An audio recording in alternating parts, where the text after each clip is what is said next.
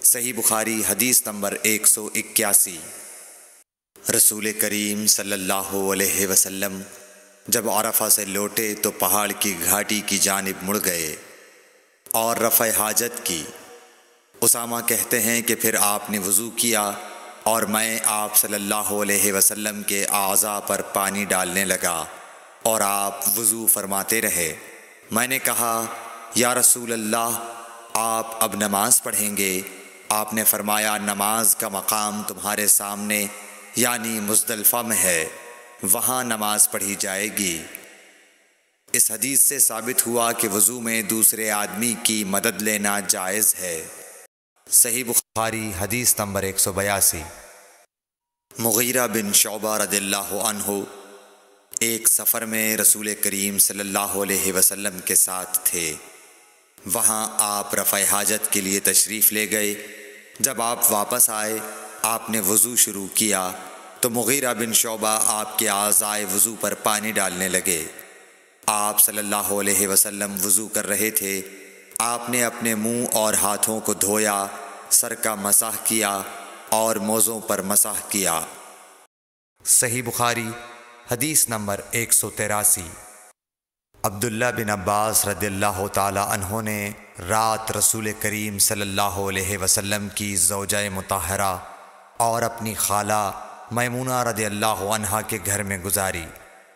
وہ فرماتے ہیں کہ میں تکیے کے عرض یعنی گوشے کی طرف لیٹ گیا اور رسول کریم صلی اللہ علیہ وسلم اور آپ کی اہلیہ نے معمول کے مطابق تکیے کی لمبائی پر سر رکھ کر آرام فرمایا۔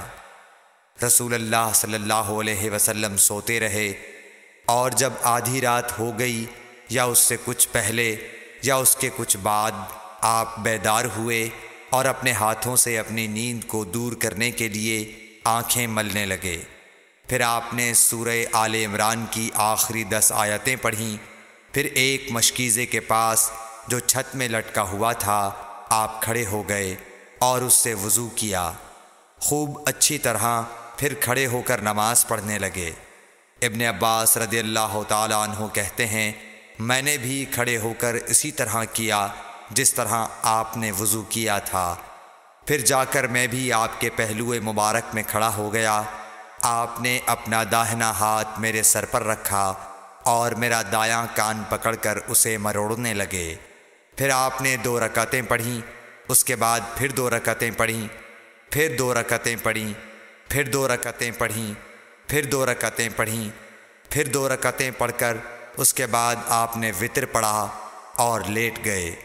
پھر جب مؤذن آپ کے پاس آیا تو آپ نے اٹھ کر 2 رکعت معمولی طور پر پڑھیں، پھر باہر تشریف لا کر صبح کی نماز پڑھی۔ صحیح بخاری حدیث نمبر 184۔ اسماء بنت ابی بکر کہتی ہیں کہ میں رسول اللہ صلی اللہ علیہ وسلم کی زوجہ محترمہ عائشہ رضی اللہ تعالی عنہا کے پاس ایسے وقت آئی جب کہ سورج کو گہن لگ رہا تھا اور لوگ کھڑے ہو کر نماز پڑھ رہے تھے۔ کیا دیکھتی ہوں وہ بھی کھڑے ہو کر نماز پڑھ رہی ہیں۔ میں نے کہا کہ لوگوں کو کیا ہو گیا ہے، تو انہوں نے اپنے ہاتھ سے آسمان کی طرف اشارہ کر کے کہا سبحان اللہ۔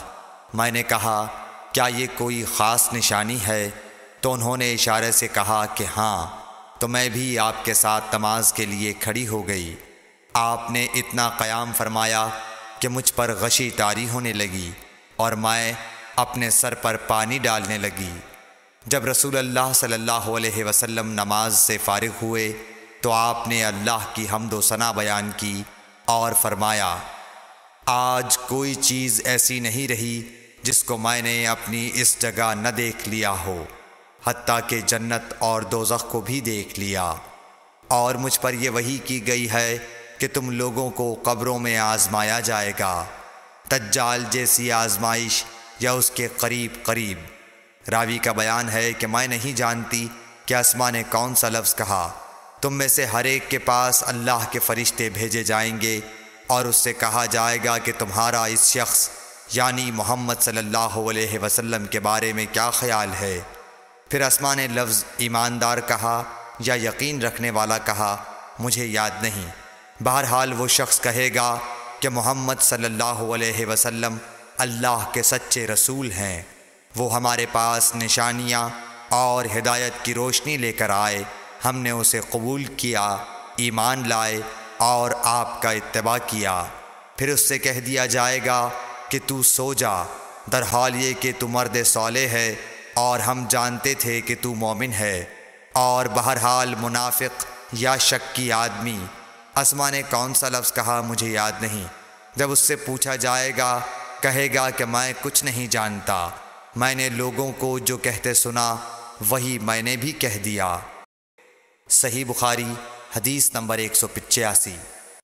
ایک آدمی نے عبداللہ بن زید رضی اللہ تعالی عنہ جو عمرو بن یحییٰ کے دادا ہیں سے پوچھا کہ کیا آپ مجھے دکھا سکتے ہیں کہ رسول اللہ صلی اللہ علیہ وسلم نے کس طرح وضو کیا ہے؟ عبداللہ بن زید رضی اللہ تعالی عنہ نے کہا کہ ہاں۔ پھر انہوں نے پانی کا برتن منگوایا، پہلے پانی اپنے ہاتھوں پر ڈالا اور 2 مرتبہ ہاتھ دھوئے، پھر 3 مرتبہ کلی کی، 3 بار ناک صاف کی، پھر 3 دفعہ اپنا چہرہ دھویا، پھر کوہنیوں تک اپنے دونوں ہاتھ 2 مرتبہ دھوئے، پھر اپنے دونوں ہاتھوں سے اپنے سر کا مسح کیا، اس طور پر اپنے ہاتھ پہلے آگے لائے پھر پیچھے لے گئے، مسح سر کے ابتدائی حصے سے شروع کیا، پھر دونوں ہاتھ گدی تک لے جا کر وہیں واپس لائے جہاں سے مسح شروع کیا تھا، پھر اپنے پیر دھوئے۔ صحیح بخاری حدیث نمبر 186۔ عمرو بن حسن نے عبداللہ بن زید رضی اللہ تعالی عنہ سے رسول اللہ صلی اللہ علیہ وسلم کے وضو کے بارے میں پوچھا تو انہوں نے پانی کا طشت منگوایا اور ان پوچھنے والوں کے لیے رسول اللہ صلی اللہ علیہ وسلم کا سا وضو کیا۔ پہلے طشت سے اپنے ہاتھوں پر پانی گرایا، پھر 3 بار ہاتھ دھوئے، پھر اپنا ہاتھ طشت میں ڈالا اور پانی لیا، پھر کلی کی، ناک میں پانی ڈالا، ناک صاف کی 3 چلوؤں سے، پھر اپنا ہاتھ طشت میں ڈالا اور 3 مرتبہ منہ دھویا، پھر اپنے دونوں ہاتھ کوہنیوں تک دوبارہ دھوئے، پھر اپنا ہاتھ طشت میں ڈالا اور سر کا مسح کیا، پہلے آگے لائے پھر پیچھے لے گئے 1 بار، ٹخنوں تک اپنے دونوں پاؤں دھوئے۔ صحیح بخاری حدیث نمبر 187۔ ابو جحیفہ رضی اللہ تعالی عنہ کہتے تھے کہ ایک دن رسول اللہ صلی اللہ علیہ وسلم ہمارے پاس دوپہر کے وقت تشریف لائے تو آپ کے لیے وضو کا پانی حاضر کیا گیا، جس سے آپ نے وضو فرمایا۔ لوگ آپ کے وضو کا بچا ہوا پانی لے کر اسے اپنے بدن پر پھیرنے لگے۔ آپ نے ظہر کی 2 رکعتیں ادا کیں اور عصر کی بھی 2 رکعتیں، اور آپ کے سامنے آڑ کے لیے ایک نیزہ تھا۔ صحیح بخاری حدیث نمبر 188۔ ابو موسیٰ اشعری رضی اللہ تعالی عنہ کہتے ہیں کہ نبی کریم صلی اللہ علیہ وسلم نے ایک پیالہ منگوایا جس میں پانی تھا، اس سے آپ نے اپنے ہاتھ دھوئے اور اسی پیالے میں منہ دھویا اور اسی میں کلی فرمائی، پھر فرمایا تو تم لوگ اس کو پی لو اور اپنے چہروں اور سینوں پر ڈال لو۔ صحیح بخاری حدیث نمبر 189۔ محمود بن ربی جب چھوٹے تھے تو رسول اللہ صلی اللہ علیہ وسلم نے انہی کے کنویں کے پانی سے ان کے منہ میں کلی ڈالی تھی، اور عروہ نے اسی حدیث کو مسعور وغیرہ سے بھی روایت کیا ہے، اور ہر ایک راوی ان دونوں میں سے ایک دوسرے کی تصدیق کرتے ہیں کہ جب رسول اللہ صلی اللہ علیہ وسلم وضو فرماتے تو آپ کے بچے ہوئے وضو کے پانی پر صحابہ رضی اللہ عنہم جھگڑنے کے قریب ہو جاتے تھے۔ صحیح بخاری حدیث نمبر 190۔ صائب بن یزید کہتے تھے کہ میری خالہ مجھے نبی کریم صلی اللہ علیہ وسلم کی خدمت میں لے گئیں اور عرض کیا کہ یا رسول اللہ، میرا یہ بھانجا بیمار ہے۔ آپ صلی اللہ علیہ وسلم نے میرے سر پر اپنا ہاتھ پھیرا اور میرے لیے برکت کی دعا فرمائی، پھر آپ نے وضو کیا اور میں نے آپ کے وضو کا بچا ہوا پانی پیا، پھر میں آپ کی کمر کے پیچھے کھڑا ہو گیا اور میں نے مہر نبوت دیکھی جو آپ کے مونڈھوں کے درمیان ایسی تھی جیسے چھپر کھٹ کی گھنڈی یا کبوتر کا انڈا۔